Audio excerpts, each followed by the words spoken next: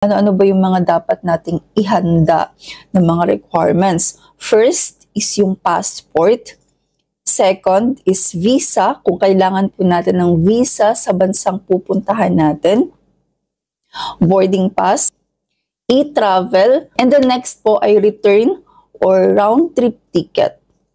Next po ay proof of accommodation. So ito, depende po kung saan kayo mag-i-stay sa ibang bansa. Kung mag-hotel po kayo, then kailangan meron po kayong hotel booking. And kung for example naman doon kayo mag-stay sa kakilala or relatives sa ibang bansa, so mag-provide po kayo ng invitation letter na galing po sa host nyo.